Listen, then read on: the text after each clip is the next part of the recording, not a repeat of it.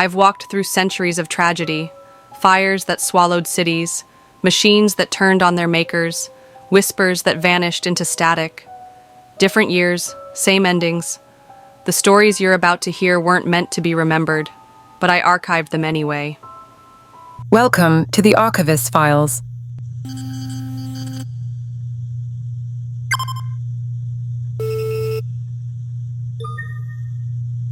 Today we're looking at 5 real stories that are almost too disturbing to believe. One was caught on live stream. One was found posed like a ritual. Another? Electrocuted during a live TV interview. And the final story, the most overlooked of them all, ends with a body in pieces, found where no person should ever end up. You won't forget these cases. And honestly, after hearing them, you might wish you could. It was a regular Monday night in Forest Park, Georgia. 14-year-old Malachi Hempill had just finished dinner and gone up to his room. His mom thought nothing of it. He was a good kid, a little quiet, but smart and funny. Like most teens his age, he spent a lot of time on social media. But that night, April 10th, 2017, something happened that no one watching could ever forget. At around 9 p.m., Malachi went live on Instagram. He was showing off a handgun. Where he got it is still unclear. Some say it was from a friend. Others think it came through a social media exchange. But what's known for sure is that Malachi was on camera, holding the gun, and reading comments from viewers as they rolled in. Some were just watching. Others were encouraging him. A few told him to load it. So he did. He inserted the magazine and started to rack the slide, not realizing the gun was already chambered. And then, it happened. A loud bang. The phone dropped. For a second, the live stream just showed the ceiling. People in the comments were still typing, not sure if what they had just seen was real. But downstairs, Malachi's mom had heard it. And she knew. She ran upstairs and forced open the locked door, only to find her son lying in a pool of blood. The gun was on the floor beside him. He had accidentally shot himself in the head while dozens of people watched online. Paramedics arrived and rushed him to the hospital, but it was too late. Malachi died the next day. In the days that followed, the story spread across the country, not just because of the tragedy itself, but because of how it happened. Malachi had been live streaming. His death wasn't just witnessed, it was broadcast. Classmates, strangers, even adults had been watching. Some thought it was a prank at first, others had begged him to stop. His mother later said she had no idea he even had a gun. She'd talked to him about staying safe online, about bullies, about strangers, but she never imagined this. Police later traced the weapon, but no charges were filed. It became one of many examples of how quickly guns can get into the hands of teenagers, and how deadly the combination of curiosity, pressure, and access can be.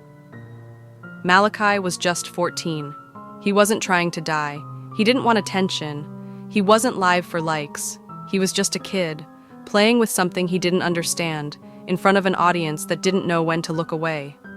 What happened to Malachi was a modern tragedy, fast, senseless, and all too public.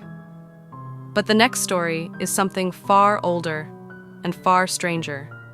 It took place inside a church, behind locked doors, in the dead of night, and it would leave behind one of the most chilling crime scenes in California history. It was just after midnight on October 13th, 1974. 19-year-old Arlis Perry had only been married for 2 months. She and her husband were students at Stanford University. That night, they got into a small argument, and Arlis decided to go for a walk alone to clear her head. She said she was going to pray at Stanford Memorial Church. She never came back. When the building's security guard, Stephen Crawford, did a routine check later that morning, he found one of the side doors mysteriously unlocked. Inside, the scene was beyond comprehension. Arlis's body was lying in front of the altar. She had been murdered, undressed, and deliberately posed in what looked like a ritualistic position. A 5-foot altar candle had been shoved into her body. Another was placed between her breasts. Her head had been crushed with a blunt object. She was surrounded by religious objects, as if someone wanted to send a message. The strange part? The church had supposedly been locked from the inside all night. No signs of forced entry, no clear exit path. People whispered about cults, about satanic rituals, about an inside job.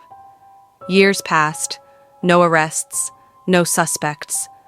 The case grew cold, until 2018, when DNA evidence finally pointed to someone.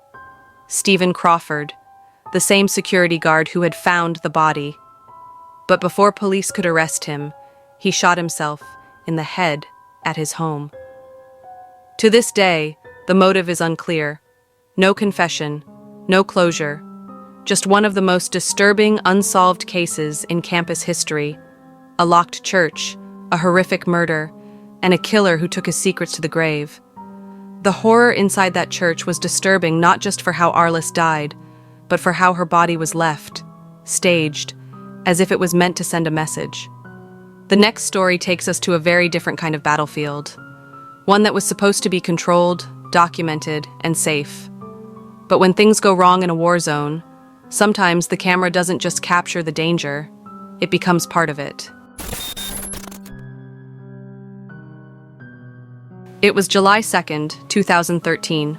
A group of US and Afghan soldiers gathered at a training site in Jalalabad, Afghanistan, for a routine live-fire exercise. Among them was 22-year-old Army Specialist Hilda Clayton.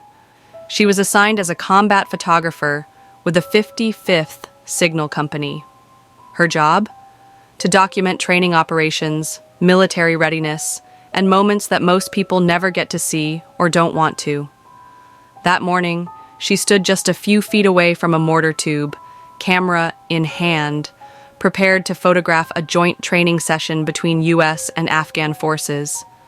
Everything was going according to plan until the moment it wasn't. As the Afghan soldier positioned the mortar round into the tube, Hilda raised her camera. Then a flash, a fireball, an instant too fast to process. The mortar exploded the moment it was dropped, detonating inside the launch tube. The blast killed the Afghan soldier instantly. It also killed Hilda, who was standing just feet away. But here's where the story becomes something else entirely. Hilda had been mid-shot, and the camera, still recording, captured the exact moment of the explosion. Not seconds before, not after. Her final photo, taken milliseconds before she was killed, shows a wall of fire erupting in front of the lens, fragments flying outward, and the first ripple of shock on the faces of those nearby. It's believed to be the only known instance of a combat photographer capturing the precise moment of their own death. And it wasn't a fluke. Hilda wasn't taking selfies. She was working, doing her job, with professionalism and skill up to her last breath. The Army released the photo publicly in 2017 with full consent from Hilda's family. They wanted her to be remembered not just as a casualty, but as a soldier, one who died in the line of duty, doing something vital. What makes it even more tragic is that Hilda had been documenting the partnership between US and Afghan troops, the very unity and cooperation the exercise was meant to promote. Instead, it ended in horror. 5 people died that day, 4 Afghan soldiers, and Hilda. But her image lives on, frozen in time, capturing both the brutality of war and the silent courage of a soldier behind the lens. Hilda's final moment was captured in the line of duty, a single frame frozen in time, at the cost of her life. But sometimes, the lens doesn't belong to a soldier or a journalist. Sometimes, it's just a live news feed broadcasting a harmless community event when something completely unexpected happens on air. It was a sweltering afternoon in Fort Worth, Texas, in the summer of 1992. A local community group was hosting a street festival downtown, complete with food trucks, a makeshift stage, live performances, and plenty of local vendors. It was the kind of event that drew families, volunteers, and local news crews looking for a slice-of-life story to close out the evening broadcast. One of those volunteers was 34-year-old Petta Berles. She wasn't famous. She didn't work for the city. She was a mom of two, a dedicated church member, and someone who just enjoyed helping out. If someone needed a hand, she gave one. If a booth needed setting up, she showed up early. That's just who she was.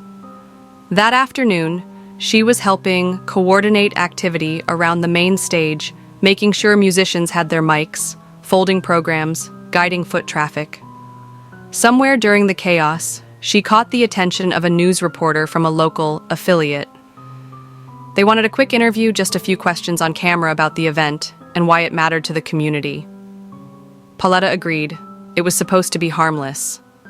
The crew set up in front of the stage, one cameraman, one anchor, a few volunteers watching from the side. A basic lighting rig had been installed earlier in the day, a temporary setup with long cables and power packs. It wasn't professionally done. The event was mostly run by volunteers, and people were just trying to get things working. A few cords were duct taped to the concrete. Others were routed through nearby railings. No one thought much of it. The segment went live at 3:01 p.m. The reporter introduced the segment with a cheerful smile, turning to Petta and asking her a question about the neighborhood. She smiled back, leaned slightly on the metal barrier near the stage, and then everything changed. In the middle of her sentence, Petta's body went stiff. Her back arched, her arms locked. Her face twisted not in pain, but in confusion, like her body had suddenly stopped listening to her brain. Then she collapsed. There was a pause, just a second or two, where no one moved. The reporter stared, unsure if she had fainted. The cameraman kept rolling. The broadcast went on for a moment longer, capturing audio of people in the background asking, "Is she okay?" Then the feed cut to commercial. Behind the scenes, people started yelling. Petta wasn't moving. Emergency responders arrived quickly. But when they touched her, they found her body was still warm, not just from the Texas sun, but from something else. The railing she had leaned on was electrified. A later investigation revealed that one of the power cables for the stage lighting had been run improperly through a section of metal conduit connected directly to the rail. Over time, the insulation wore down. There was no circuit breaker, no grounding, no fault detector. The railing had slowly become a live wire, and no one noticed. The metal had been energized for hours, but Petta was the first person to make direct contact long enough to complete the circuit. She died instantly. The rest of the festival was canceled. The stage was shut down, and the city launched a formal investigation into safety procedures at community events. But for Petta's family, there was no closure in an incident report. The footage was pulled immediately. It never aired again. To this day, the video has never been released publicly. Those who saw it live remember the moment, how fast it happened, how silent the shock was, how it didn't feel real until it was. What makes it worse is how ordinary everything seemed. It wasn't some high-risk stunt. It wasn't fireworks or explosives or heavy machinery. It was just a metal railing like thousands you've leaned on without thinking. But one mistake, one loose wire, one missed safety check, and everything changed. Petta's family described her as kind, generous, the kind of person who always showed up early to help and stayed late to clean up. She didn't chase the spotlight. She didn't ask to be on camera. She was just trying to make her community better. And in a split second, because of someone else's mistake, she was gone. She didn't die in a war or a disaster or a crime. She died on a sunny day in front of a live audience because she leaned on the wrong railing. A mother, a volunteer, a bystander. gone on live television because of one invisible danger no one saw coming. Pauletta's death was tragic and public, but at least those around her knew what had happened. The final story is different. No one saw it. No one heard it. And to this day, no one really understands how or why it happened. What we do know is this: a young woman entered a building and was later found in pieces at the bottom of a garbage chute.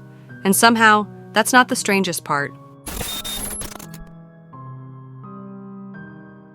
It was December 2nd, 2010. 24-year-old Phoebe Hansjuk was found dead at the bottom of a garbage compactor in the luxury Valencia apartment building in Melbourne, Australia. Her legs had been severed by the trash compactor's internal blade. The official story? She had gotten intoxicated, wandered out of her 12th floor apartment, and somehow climbed into the garbage chute feet first. But from the start, nothing about it made sense. That night, Phoebe had been drinking and texting friends. Many of the messages sounded paranoid, sad, and disoriented. She had a history of mental health struggles, but was also known as fiercely independent and artistic. Her boyfriend, Malachi Hempill, said he'd left for work that day and returned home to find the apartment empty. He claimed to have no idea where Phoebe had gone, but here's what stood out. The garbage chute was only 14 inches wide, barely big enough for an adult to fit. It was in a locked service room, accessible only by a special keycard. She was found feet first, as if she had intentionally climbed in backward. Experts later said that even for someone suicidal or intoxicated, the logistics didn't add up. There were no fingerprints on the chute handle, no surveillance footage of her entering the chute room. And her phone? It was found in the apartment, wiped clean. Phoebe's grandfather was a retired detective. Her family never accepted the suicide ruling and launched their own investigation. Theories began to emerge. That someone helped her into the chute. That the scene was cleaned up. That the case was quietly closed to protect someone. And then there's this. Her boyfriend, Anthony, had previously dated other women who reported feeling controlled, gaslit, and afraid to leave. No charges were ever filed, no suspect ever named. The autopsy showed that Phoebe was alive when she landed, meaning she survived the 12-story fall down the chute and was only killed when the compactor activated. If she was trying to die, she chose a brutal, unfathomable method. If she didn't, someone else made that decision for her. To this day, the exact timeline of what happened between 6 p.m. and 7 p.m. that night remains unknown. And all that's left is a crime scene that may never be solved. And a body that no one was supposed to find. 5 different stories, 5 different tragedies, but each one shares the same terrifying truth. None of them saw it coming. A live stream, a locked church, a flash of fire, a live wire, and a chute hidden deep within a luxury apartment. Ordinary moments that ended in unthinkable ways. Behind every one of them was a real person doing something they thought was safe, routine, forgettable, until it wasn't. These files are closed, but the archive remains open.